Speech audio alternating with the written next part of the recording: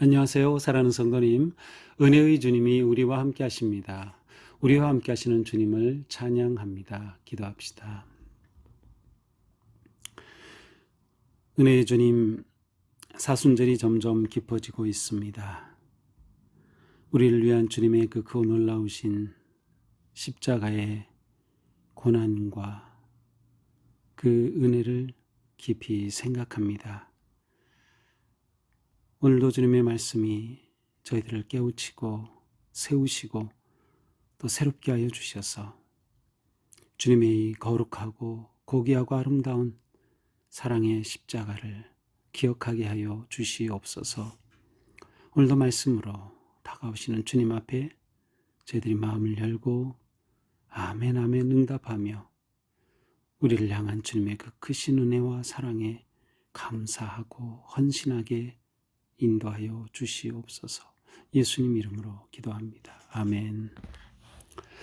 오늘 말씀은 마태복음 26장 1절에서 13절입니다. 아닙니다. 1절에서 16절입니다.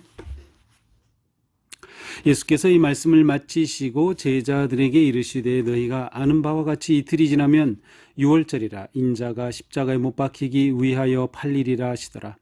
그때 대제사장들과 백성의 장로들이 가야바라 하는 대제사장의 관정에 모여 예수를 흉계로 잡아 죽이려고 의논하되 말하기를 밀란이 날까 하노니 명절에는 하지 말자 하더라. 예수께서 베다니 나병 환자 시몬의 집에 계실 때에 한 여자가 매우 귀한 향유 한 옥합을 가지고 나와서 식사하시는 예수의 머리에 부으니 제자들이 보고 분개하여 이르되 무슨 의도로 이것을 허비하느냐. 이것을 비싼 값에 팔아 가난한 자들에게 줄 수 있었겠도다 하거늘 예수께서 아시고 그들에게 이르시되 너희가 어찌하여 이 여자를 괴롭게 하느냐. 그가 내게 좋은 일을 하였느니라. 가난한 자들은 항상 너희와 함께 있거니와 나는 항상 함께 있지 아니하리라. 이 여자가 내 몸에 이 향유를 부은 것은 내 장례를 위하여 함이니라. 내가 진실로 너희에게 이르노니 온 천하에 어디서든지 이 복음이 전파되는 곳에서는 이 여자가 행한 일도 말하여 그를 기억하리라 하시니라. 그때 12 중에 하나인 가룟 유다라 하는 자가 대제사장들에게 가서 말하되 내가 예수를 너희에게 넘겨주리니 얼마나 주려느냐 하니 그들이 은 30을 달아 주거늘 그가 그때부터 예수를 넘겨줄 기회를 찾더라. 아멘. 자, 이제부터 본격적인 예수님의 순환이 시작됩니다. 어제 본문까지는 마지막 때에 관한 예수님의 말씀, 마지막 말씀인 셈이죠. 큰 5덩어리의 이제 설교 뭉치가 나오는데 그 중에서 마지막 말씀을 우리가 보았습니다. 이제 오늘 말씀부터는 예수님이 순환의 길로 들어서시는 내용을 보여주시죠. 자, 26장 1절 예수께서 이 말씀을 다 마치시고 제자들에게 이르시되 마지막 말씀을 마치시고 제자들에게 말씀하셔요. 너희가 아는 바와 같이 이틀이 지나면 유월절이라 인자가 십자가에 못 박히기 위하여 팔리리라 하시더라. 자, 다시금 예수님은 십자가에 못 박혀 팔리실 것을 제자들에게 말씀하셔요. 사실 제자들에게 이미 예수님은 여러 차례에 걸쳐서 순환 예고를 하셨습니다. 그러나 그때마다 제자들은 그 의미를 깨닫지 못하죠. 그런데 오늘은 드디어 예수님이 날짜까지 말씀하셔요. 6월절이 이틀이 후면 6월절이다. 인자가 십자가에 못 박히기 위해 팔리리라. 그래서 팔린다는 뜻은 넘겨진다. 보통 6월절은 이제 이스라엘 백성들이 애굽에서 탈출한 출애굽의 그 날을 기념하죠. 그래서 6월절은 이스라엘 백성의 해방의 날, 구원의 날, 자유의 날을 의미합니다. 이때는 유대인 달력으로 니산월 14일입니다. 그러니까 이틀 전이니까 이틀 후면 6월절이니까 이제 이 날은 니산월 12일이라는 것을 알 수 있어요. 자, 예수님께서 십자가에 못 박히기 위해 팔릴 것이다. 아주 구체적으로 예언을 하십니다. 자, 예수님은 이 땅에 태어나신 이후 지금까지 예수님이 가셔야 할 길을 놓치신 적이 없어요. 예수님은 사명이, 목적이 분명하셨어요. 이 땅에 십자가에 달려 죽기 위해 오셨음을 놓치신 적이 없죠. 아버지의 뜻을 끝까지 따르시는 모습을 보여주고 있습니다. 자, 이때에 대제사장들과 백성의 장로들이 모여서 가야바라 하는 그런 대제사장의 관정에 있습니다. 자, 가야바는 예수님 당시의 대제사장입니다. 18년부터 36년까지 대제사장직에 머물렀던 사람이에요. 그러니까 예수님 사역하실 때의 대제사장이 바로 가야바죠. 그런데 그 대제사장의 관저에 모였습니다. 대제사장들과 백성의 장로들입니다. 자, 이들이 무엇을 합니까? 4절, 예수를 흉계로 잡아 죽이려고 의논하되. 자, 이제는 앞에서는 이들이 예수님과 충돌하고 대결하고 예수님을 무너뜨리려고 하고 뭐 이랬지만 이제는 아예 죽이려고 흉계를 꾸미고 있습니다. 자, 그런데 5절에 보니까 그들이 예수를 죽이려고 하지만 많은 사람들이 예수를 따르고 있고 선지자로 생각하고 하기 때문에 그 예수를 잡아 죽였다가는 백성들의 반란이 일어날 수도 있어요. 그래서 밀란이 일어날까 염려스러웠죠. 그래서 그들은 어떻게 결정합니까? 명절에는 하지 말자. 자, 6월절에는 하지 말자.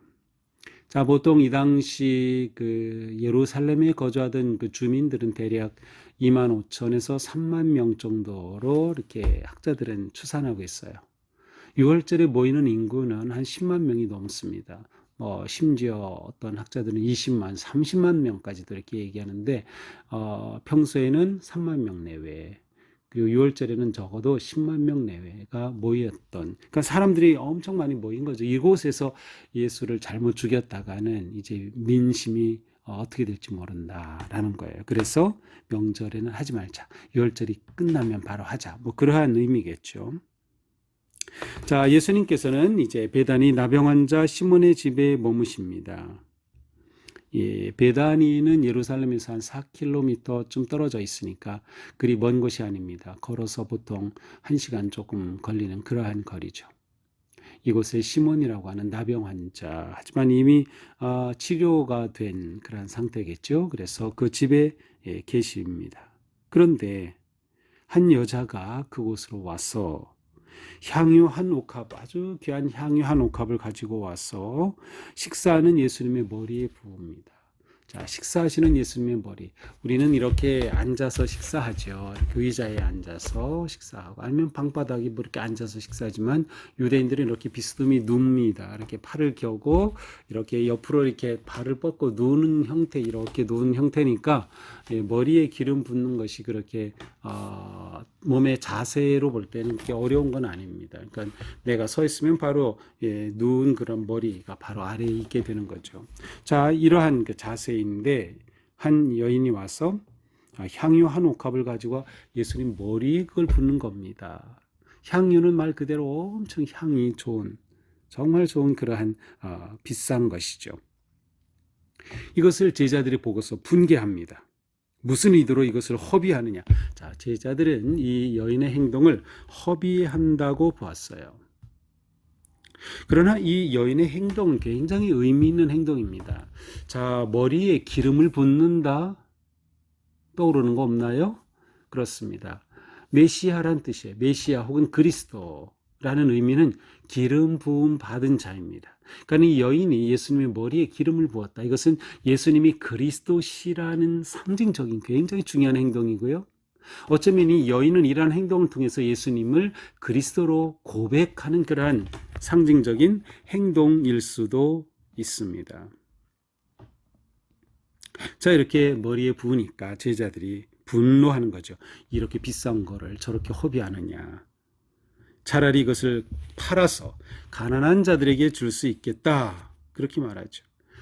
그래도 나름 제자들은 좋은 생각을 하고 있어요. 그죠? 이렇게 비싼 거 팔아서 가난한 사람을 도우면 좋겠다. 나름 좋은 생각을 하고 있어요. 하지만 이 여인에 대해서 분노하고 있습니다. 근데 예수께서 그것을 아시고 말씀하셔요. 너희가 어찌하여 이 여자를 괴롭게 하느냐? 그가 내게 좋은 일을 했다. 예수님은 오히려 이 여인의 행동을 칭찬합니다. 좋은 일을 했다는 것이죠. 어떻게 한 것입니까? 가난한 자들은 항상 너희와 함께 있거니와 나는 항상 함께 있지 아니하리라. 이 여자가 내 몸에 향유를 분 것은 내 장례를 위함이다. 자, 너희가 가난한 자를 도와준 게 좋겠다고 했지. 너희에게 가난한 자는 항상 있을 거야. 그렇지만 나는 항상 있지 않다. 예수님이 이제 곧 십자가 달려 돌아가실 겁니다. 그러니 바로 곧 떠나실 예수님의 죽음 장례를 위해서 이것을 부은 것이다. 이렇게 예수님이 말씀하셔요. 그러면서 이렇게 칭찬하십니다. 내가 진실로 너에게 이르노니 온 천하 어디서든지 이 복음이 전파되는 곳에서는 이 여자가 행한 일도 말하여 그를 기억할 것이다. 자, 이 복음이 전파되는 것. 아직 예수님은 부활하시기 전이에요. 십자가에 달리시기 전이니까. 이 복음, 여기에는 바로 예수님의 순환이 담겨 있어요. 우리는 그리스도의 복음을 말할 때 십자가의 부활만 말하는 게 아니죠. 그리스도의 구원만을 말하는 것이 아니죠. 이 복된 소식 안에는 십자가가 담겨 있어요. 예수 그리스도의 순환과 십자가가 담겨진 것이 진정한 복음입니다. 십자가의 복음이죠. 이 복음이 전파되는 곳에 이 여자가 행한 일도 전파될 것이다. 자, 이 여자의 이름이 아닙니다. 사람은 죽어서 이름을 남기는데 이 여자는 이름을 남기지 않았어요. 무엇을 남겼어요?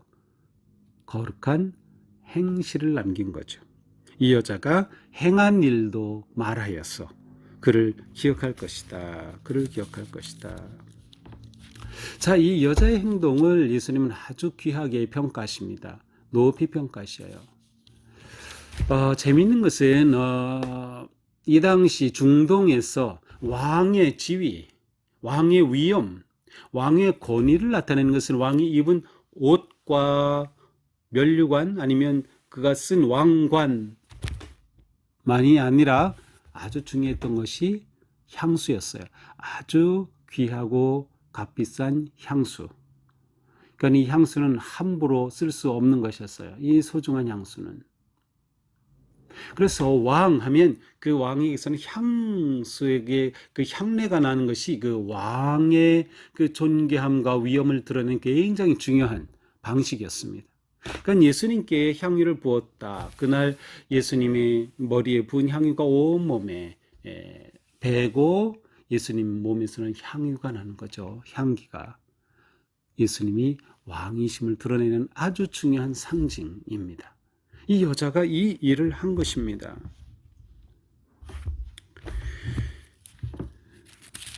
이때에 예수님의 제자 중 가룟 유다라고 하는 자가 있었는데 유다가 이 자리에서 나갔어요. 나가서 예수를 넘겨줍니다.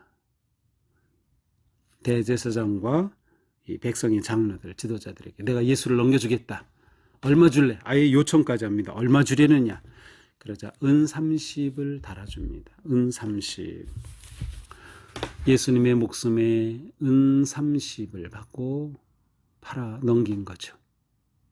하지만 예수님의 십자가의 죽으심은 그 무엇으로도 값을 계산할 수 없는 놀랍고 엄청난 사랑이죠. 감히 어찌 은 30으로 계산할 수 있겠어요. 그런데 유다는 은 30을 받고 예수님을 팔아넘겼습니다. 그가 그때부터 예수를 넘겨줄 기회를 찾더라. 자, 이렇게 말하고 와서는 그 다음부터 언제 예수를 넘겨줄까 이렇게 기회를 찾곤 합니다. 자, 이것을 보면 예수님은 이제 언제 십자가에 달려 돌아가셔요? 6월절이죠. 그래서 그 6월절 만찬하신 후에 목요일에 만찬을 하시고 금요일에 돌아가시죠. 자, 원래는 어떻게 하기로 했어요? 명절에는 하지 말자. 6월절에 하지 말자. 왜? 백성들이 밀란을 일으킬까 두려워서. 그런데 가룟 유다가 찾아가서 넘겨주겠다 하는 바람에 6월절 이후로 계획했던 예수님을 죽이는 음모가 6월절로 옮겨지게 된 거죠. 그러니까 이것이 가룟 유다의 행동이 가져온 또 하나의 결과이기도 합니다. 자, 대제사장들과 백성의 장로들이 예수를 죽일 음모를 세우죠. 예수님의 죽음을 준비하죠. 동시에 이 한 여인도 예수님의 죽음을 준비합니다.